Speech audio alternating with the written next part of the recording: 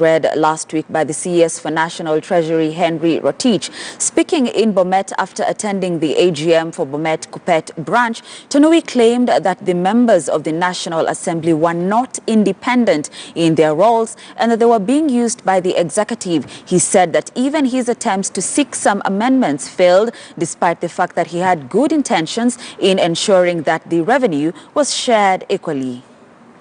I wanted just a footnote in this budget that the infrastructure funds to the Ministry of Roads, the infrastructure funds to the Ministry of Education, particularly the Basic Education Department, and Ministry of Health, particularly RARE, needs to be shared equally amongst the constituencies in this republic.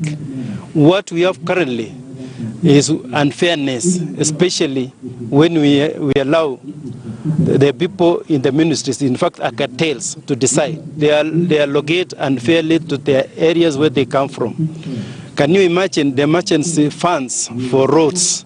Half of it is spent in Murang'a, simply because the CS in charge of roads come from Murang'a.